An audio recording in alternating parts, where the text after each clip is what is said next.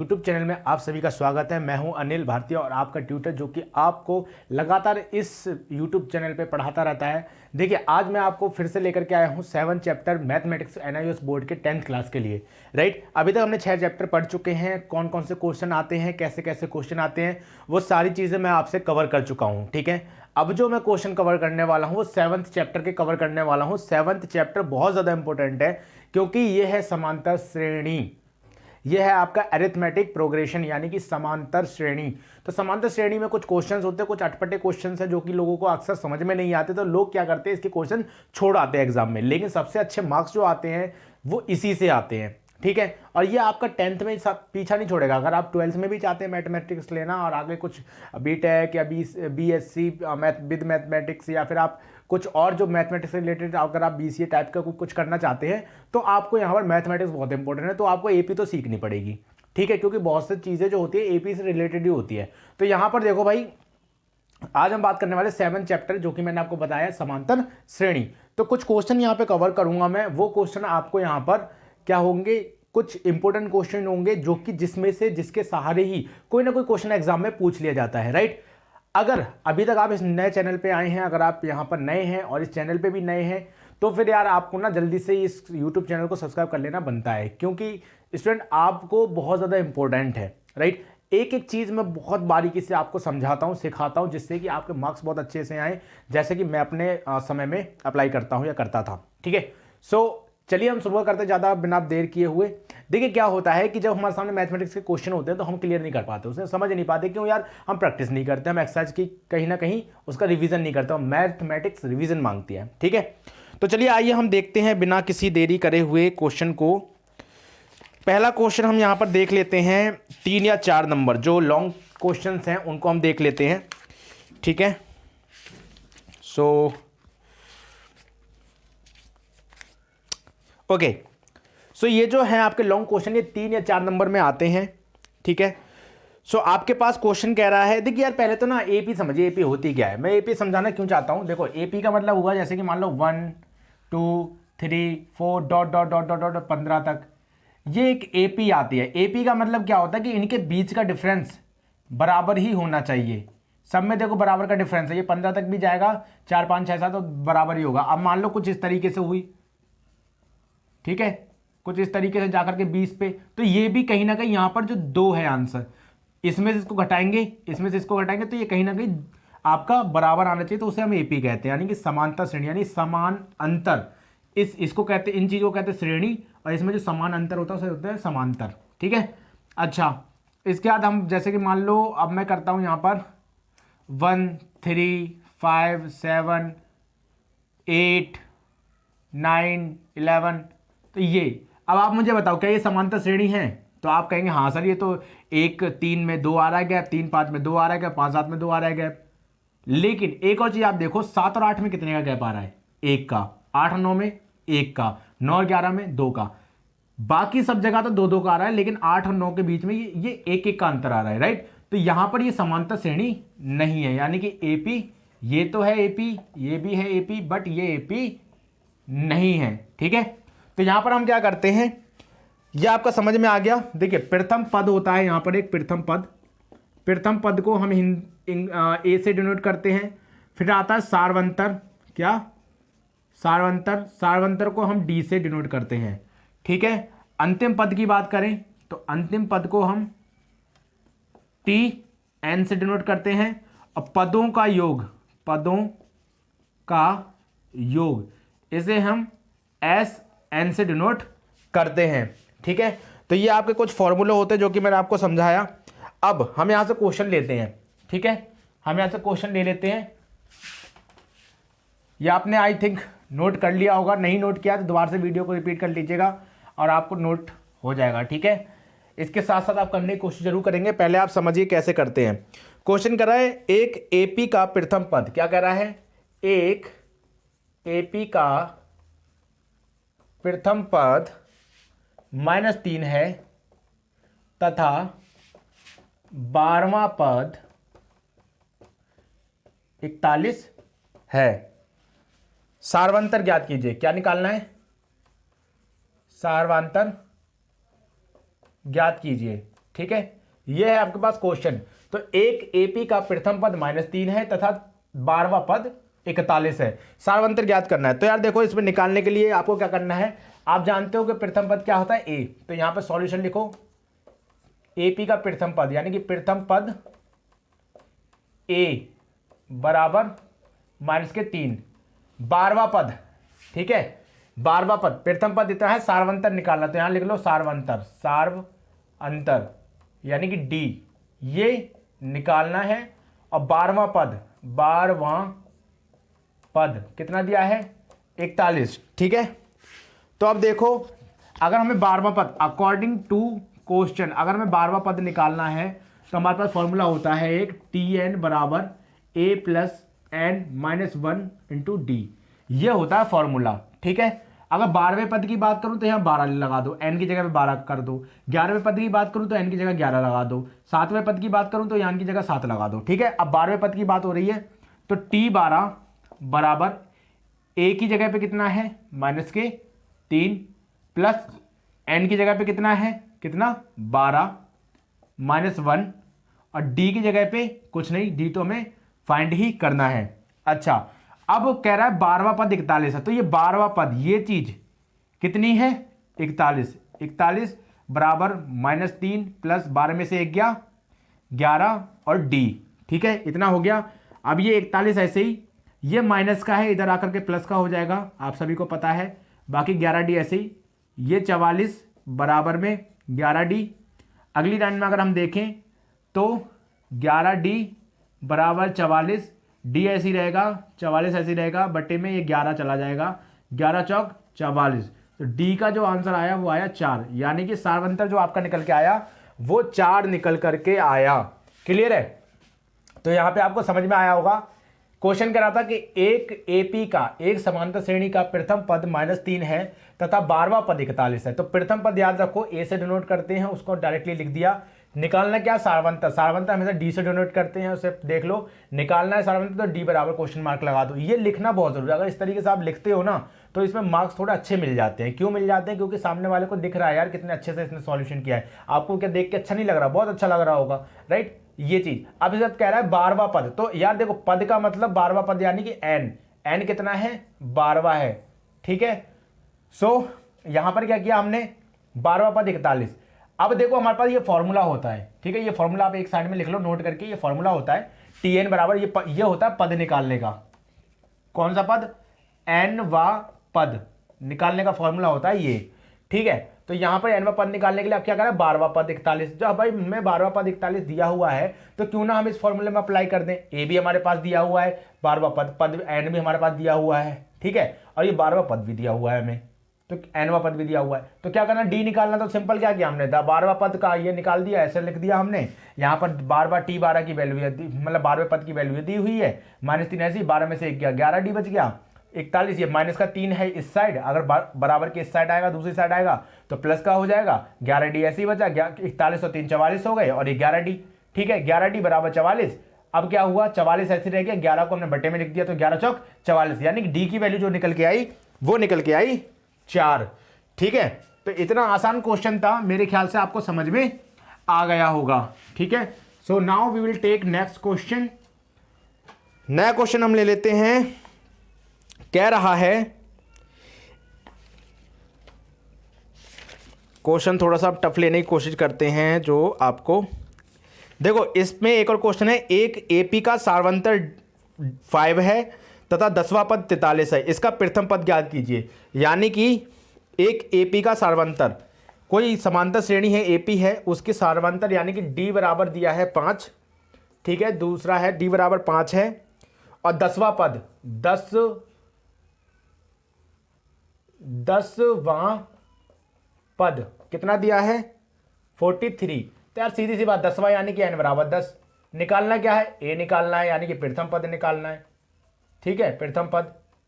तो निकालो ना, फिर क्या दिक्कत है, यही तो है फॉर्मूला, टी एन बराबर a plus n minus 1 D, यही फॉर्मूला है, ठीक है।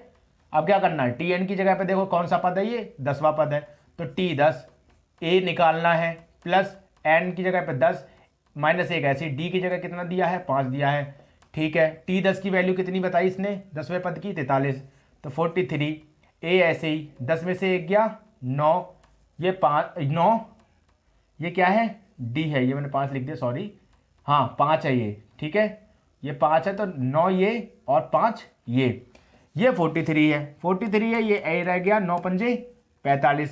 अब ये देखो क्या है भाई, ये 43 ऐसे ही, ये 45 इधर है, इसको इस साइड लेकर के आऊंगा तो माइनस के 45 हो जाएगा, बराबर ए, छोटी वैल्यू में से बड़ी वैल्यू जाएगी तो माइनस की 2 वैल्यू आ जाएगी, ये हो गया आपका ए यानी कि प्रथम पद। अब आप बताओ इसमें क्या दिक्कत थी भाई, सारवंतर दे रखा था, 10वां पद दे रखा है, ठीक है निकालना क्या है प्रथम पद, आसानी से निकाल लोगे ना, हाँ निकाल लोगे, ठीक है। तो नेक्स्ट क्वेश्चन की ओर बढ़ते हैं जो कि बहुत ज़्यादा इंपॉर्टेंट है, ठीक है, और ये भी बहुत ज़्यादा इंपॉर्टेंट है। सो यहाँ पर आप देख लेते हैं, देखो ये इतना ही अगर आप सही से पढ़ के चले जाओगे ना तो भी आपके मार्क्स अच्छे आ जाएंगे। अब हम लेकर के चलते हैं पदों का योगफल, ठीक है। तो पहले तो भाई फॉर्मूला लिखो आप, पदों का योग या योगफल, बात एक ही है, एस एन, तो इसका फॉर्मूला होता है n/2 2a plus bracket n-1 d, ये होता है इसका फॉर्मूला, ठीक है। अच्छा एक और होता है इसका, वो होता है n/2a + l, n/2 l a + l, ठीक है। लेकिन अभी हमें पदों का योग निकालना, तो पदों का योग ये है और ये पदों का दूसरा वाला है, ठीक है। जब अंतिम पद दे रखा होगा, लास्ट से अंतिम से ये पद दे रखा जैसे होगा ना, अंतिम से इतना पद, तो l अंतिम से पद होगा और बाकी ये फॉर्मूला लगा देना। लेकिन अभी हमें पदों का योगफल वाला फॉर्मूला ऊपर वाला ये वाला लगाना है, ठीक है। सो हमारे पास है एक 11 16 21 26 ये दिया हुआ है। अब यार ये कहां तक सीरीज चल रही है इसके बारे में निकालना, हमें निकालना क्या है, पदों का योग निकालना है। तो सबसे पहले सॉल्यूशन लिखो, यहां पर पहली जो वैल्यू होती है ये प्रथम पद होता है, क्या होती है प्रथम पद, प्रथम पद ए बराबर कितना है यहाँ पर 11। अब आता सारवंतर, तो सारवंतर कितना निकल गया, सारवंतर डी बराबर 16 में से 11 घटा दो, पहले इनमें डिफरेंस देखो सब में कितना है, 5 का डिफरेंस है, ठीक है। तो 16 में से 11 पहले ले लो, किसी में से घटा दो कोई दिक्कत नहीं है, ठीक है। तो ये 5 आ गया, यानी कि सारवंतर डी बराबर 5 आ गया। अब इसके बाद हमें करना क्या है, हमें पदों का योग निकालना है, ठीक है। तो पदों का योग निकालने के लिए क्या करा है, 12 पदों का योगफल निकालना है, कितने का 12 पदों का। तो n बराबर कितना हो गया 12 पद, ठीक है, 12 पदों का योग निकालना है। तो भाई फॉर्मूला लगा दो, सिंपल सा तो है, क्या दिक्कत है, n/2 2a plus bracket n-1 d। यार देखो इस तरीके से लिखना बहुत ज़रूरी है, ठीक है, ये मेथड लिखना बहुत ज़रूरी है, इतना याद रखना। फॉर्मूला बहुत सिंपल है, याद कर लेना, ठीक है। n की वैल्यू यहाँ पे 12/2, 2 ऐसे ही, a की वैल्यू यहाँ पर 11 प्लस 12 ऐसे ही -1, ठीक है, और d की वैल्यू 5 कर दो भाई इसे, ये 6 हो गया, ये हो गया 11 दूनी 22, ये यहाँ पर होगा 11 11 पंजे 55, ठीक है। अगले लाइन में चलेंगे, 6 ऐसे ही, 2255 हुआ 77, अभी 6 7 42, 6 7 42 और 4 46, 462, ठीक है, ये हो गया आंसर। यानी कि जो पदों का योग है Sn बराबर वो हुआ 462, और Sn नहीं, ये S12 है, क्या है S12, यहां पर लिखो S12, समझ गए। तो ये फाइनली आंसर निकल के आ गया। अब बताओ कोई क्या बड़ी बात थी, कुछ नहीं था। यहाँ पहला पद में पता है, सारवंतर सब में डिफरेंस देख लो कितने का है, वो सारवंतर हो गया आपका, ठीक है डी, और उसके बाद क्या कह रहा है कि कितने पदों का योग, 12 पदों का योग, ठीक है। तो 12 पदों का योग, ये जरूर याद रखना, 12वां पद, ये पद वो पद, यहाँ दिक्कत होती है, कंफ्यूजन होता है कि कौन सा फॉर्मूला अप्लाई करना है। मुझे भी बहुत कंफ्यूजन होती थी अपने 11th क्लास के उसमें सिलेबस में, ठीक है। लेकिन अभी इसको देखो आप, यहाँ पर क्या करना है आपको, थोड़ा सा ये चीज़ लेकर के चलनी है कि यहाँ पे थोड़ा डिफरेंस याद रखना है, ठीक है ना। और यहाँ पे फॉर्मूला क्या करना है, पदों का योग निकालना है, कितने पद, 12 पदों का फॉर्मूला अप्लाई कर दो, सिंपल सा कोई फंडा है, ठीक है, क्लियर है ना। ओके, सो नेक्स्ट क्वेश्चन की ओर बढ़ लेते हैं। और यार आगे देखो सारे सही है, ठीक है। एक कह रहा है एक समांतर श्रेणी के प्रथम 3 पदों का योग 36 तथा उनका गुणनफल 1620 है, समांतर श्रेणी ज्ञात करनी है। अब यार समांतर श्रेणी निकालनी है, तो प्रथम 3 पद मैं आपको बता दूं हमेशा कौन से लिए जाते हैं, ठीक है। अगर हम प्रथम 3 पद की बात करें तो वो कौन से प्रथम तीन पद हमेशा लिए जाते हैं वो मैं दिखा देता हूँ। ठीक है। अच्छा, ये जो क्वेश्चन अब मैं ले रहा हूँ ये आप बोलोगे कहाँ से ले रहे हो, कहाँ से आप उठा रहे हो। ठीक है, तो ये क्वेश्चन कहीं ना कहीं आपकी किताब से ही है। कह रहा है, ध्यान से सुनना, क्वेश्चन को ध्यान से सुनो, मैं लिख नहीं रहा हूँ, टाइम वेस्ट होगा। ठीक है, मैं सिर्फ बोल रहा हूँ, सुनो इसे। एक समांतर श्रेणी के प्रथम तीन पदों का योग 36 है।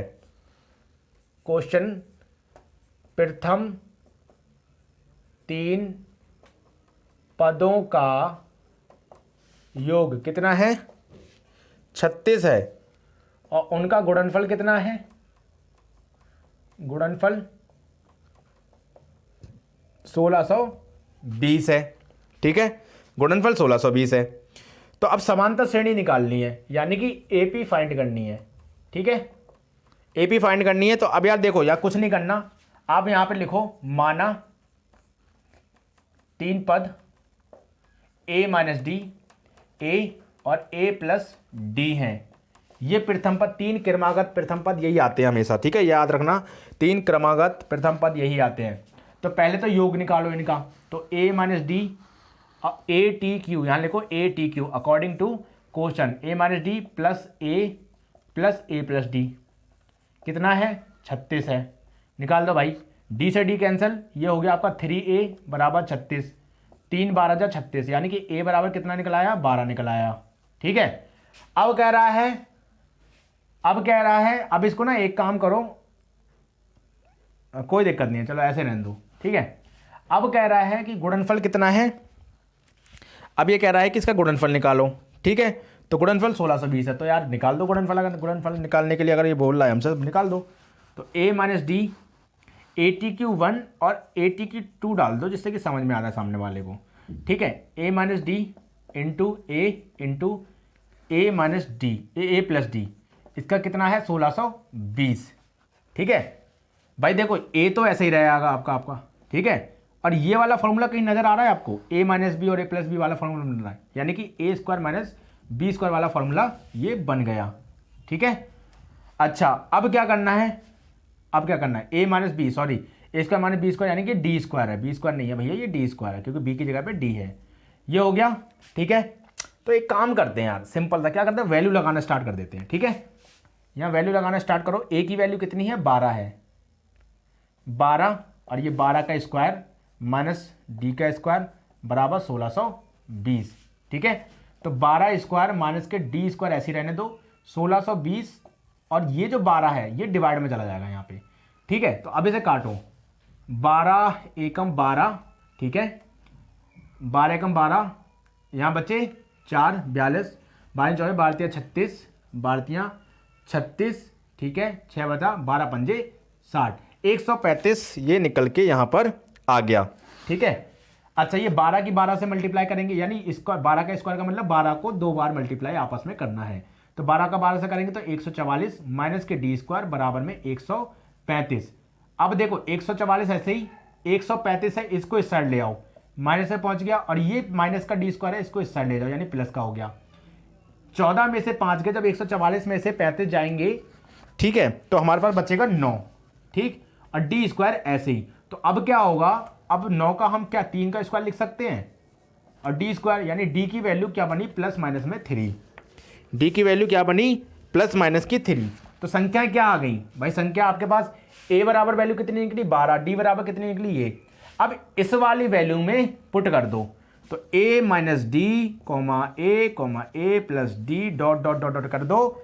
अब क्या कर दो, a माइनस डी, ए की वैल्यू 12, डी माइनस का, तो पहले ले लो d बराबर 3, ठीक है, तो माइनस के 3 और a की 12 और ये 12 plus 3 dot dot dot dot, यानी कि ये निकल के क्या आई आपकी वैल्यू, 12 में से 3 गया, क्या आया 9, 12, 15, सब में देखो कितने कितने का अंतर है, 3 का अंतर है, समझ गए, डॉट डॉट डॉट डॉट। इस तरीके से ये सॉल्व हो जाएगी, यानी कि ए की और डी की वैल्यू जो फाइंड हो जाएगी, तो ये जो आपने माना था इसी में आप डॉट डॉट डॉट डॉट करके आगे करके इनमें वैल्यू पुट कर दो, यही आ जाएगा। एक बार डी की वैल्यू प्लस की ले लो, एक बार डी की वैल्यू माइनस की ले लो, तो यहाँ पर समांतर श्रेणी आपकी निकल के आ जाएगी जो, ठीक है। अच्छा अब हम बात करते हैं, यहाँ पर हमारे पास एक और है क्वेश्चन, हम देखते हैं थोड़ा सा और मज़ेदार। ठीक है, क्वेश्चन तो बहुत अच्छे अच्छे क्वेश्चन है इसमें, लेकिन हम देख लेते हैं, एक मज़ेदार क्वेश्चन देखते हैं थोड़ा सा। ओके, कह रहा है क्वेश्चन, ये मैं कराऊं या नहीं कराऊं, चलो रहने दो, ये इस टाइप का क्वेश्चन नहीं आएगा आपका, ठीक है।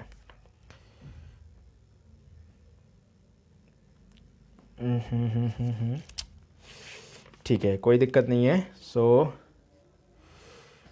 कोई दिक्कत नहीं है, ठीक है। तो हालांकि मैंने आपको क्या किया, आपको मैंने ये सवाल समझा दिए हैं कैसे ये सवाल होते हैं, ठीक है। अच्छा, एक क्वेश्चन देख लेते हैं यार, अब जो है आपका थोड़ा सा कम उसका मार्क्स का क्वेश्चन देख लेते हैं, वो कैसे आएगा, ठीक है। देखो यार, बहुत ज़्यादा इंपॉर्टेंट है ये क्वेश्चन, अगर ये क्वेश्चन आप नहीं समझेंगे तो कैसे आपको समझ में आएगा, है ना। आपको नहीं समझ में आया ना, तो एक बार इस वीडियो को रिपीट करके देखिएगा, ठीक है, वापस करके देखिएगा, आपको ये कहीं ना कहीं समझ में आ जाएगा। कह रहा है क्वेश्चन, समांतर श्रेणी 5 2 -1 का कौन सा पद -22 है। क्वेश्चन कह रहा है समांतर श्रेणी 5, 2, -1 डैश का कौन सा पद -22 है, ये हमसे पूछ रहा है, ठीक है। कौन सा पद -22 है, तो भाई हमारे पास क्या क्या दिया है, देखो सॉल्यूशन। प्रथम पद कितना है, a 5, सार्वंतर कितना है, d 5 में से 2 में से 5 घटाओ, 5 में से 2 नहीं घटेगा, 2 में से 5 घटेगा, हमेशा दूसरे पद से पहला पद घटता है, तो माइनस के, पर देख लो आप, ऐसे ही लिख देता हूं पूरा मैं, -3, ठीक है।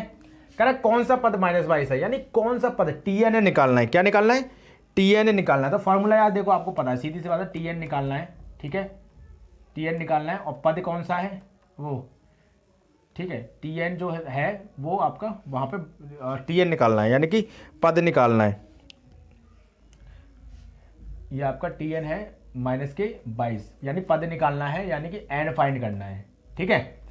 अच्छा, तो अब देखते हैं हम इस क्वेश्चन को, क्या करना है, फॉर्मूला लगाओ, tn बराबर a प्लस n-1d, tn कितना है -22, a कितना दिया है 5, n निकालना है, ऐसे लग दो, d कितना है -3, मल्टीप्लाई करो, -22, ये -5 इधर प्लस है, इधर आके माइनस का हो जाएगा, ये हो जाएगा आपका -3n + 3, ठीक है। जब मल्टीप्लाई करेंगे तो इतना आ जाएगा, 22 और 5 27, माइनस के होंगे, प्लस का 3 है, इधर आकर के माइनस का 3 हो जाएगा, और माइनस के 3 है नहीं है, ऐसे रहेंगे, ये हो गया -30, और ये हो गया आपका -3, माइनस से माइनस कैंसिल हो गया, 3 ढाई के 30, यानी कि n की जो वैल्यू निकल के आई वो निकल के आई 10। कौन सा पद है -22, तो यानी कि t10 बराबर -22, ये आपको समझ में आ गया होगा। प्रथम पद ये होता है, सार्वंतर निकालने के लिए हमेशा दूसरी वैल्यू में से पहली वैल्यू घटाई जाती है, ठीक है। यहां पर कह रहा है कौन सा पद, यानी कौन सा पद, पद पूछ रहा है, तो पद लिख लो, कौन सा पद -22 है, तो -22 कौन सा पद लिख लिया हमने, tn बराबर, बाकी फॉर्मूले में अप्लाई कर दिया, और ये आपका सॉल्यूशन हो गया, ठीक है। बाकी ऐसे ही आपको दे दिया जाएगा कि समांतर श्रेणी 3 5 7 के कितने पद लिए जाएं कि योग 120 हो, यानी कि एसन दे दिया है आपको, ए दे दिया है, डी दे दिया है, तो अब आपको एन निकालना है, तो निकाल देना एसन बराबर फॉर्मूला लगा करके, ठीक है। कह रहा प्रथम 11 पदों के योगफल का मान क्या होगा, तो प्रथम 11 पदों का योगफल यानी कि S11 का मान क्या होगा ये पूछ रहा है, ठीक है। एपी दे रखी है आपको 2 6 14, यानी एपी भी दे रखी है आपको, क्या दे रखी है 2 6 और 14, 2 6 और भी दिया है 10, 2 6 10 और 14 ... तो यार यहाँ से तो ए भी निकल आएगा, डी भी निकल आएगा, ठीक है। अब बस, अब आप उठा लो, अब आपको एन निकालना है, लगा दो ना फिर फॉर्मूला, एस एन बराबर n/2 2a + n-1 और डी वाला, ये वाला लगा दो, फॉर्मूला अप्लाई कर दो, यहाँ पे n निकल के आ जाएगा, और ये ऐसे, ठीक है, ये इसकी वैल्यू निकल के आ जाएगी, सॉरी इसकी वैल्यू निकल के आ जाएगी, आप निकाल दो वैल्यू, ठीक है। यहीं तक था इसका, मैंने आपको बता दिया है, सारे क्वेश्चन आपको करा दिए हैं जो जो आ सकते थे इसमें से, ठीक है। सो आई होप कि आपको समझ में आ गया होगा। चलो लास्ट क्वेश्चन हम एक और देखते हैं यार, ठीक है, मेरा मन नहीं मान रहा है, तो एक और क्वेश्चन हम लास्ट देख लेते हैं। लास्ट क्वेश्चन देख लो, कितना इजी क्वेश्चन है यार, ज़्यादा कोई टफ नहीं है, ठीक है। लास्ट क्वेश्चन और देख लेते हैं हम। देखो यार, जितना ज़्यादा आप समझोगे ना इस चीज़ को, उतना ही ज़्यादा आपको समझ में आएगा। अगर नहीं समझोगे तो बिल्कुल क्लियर नहीं होने वाला, माइंड में तो घुसने वाला नहीं है, ठीक है। तो यहाँ पे समझो थोड़ा सा। क्वेश्चन है 100 तक की सभी, लिख देता हूँ चलो, 100 तक की सभी उन प्राकृत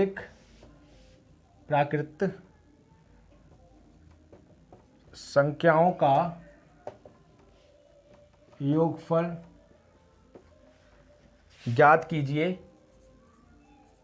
ठीक, क्वेश्चन है ज्ञात कीजिए जो 3 से पूरी तरह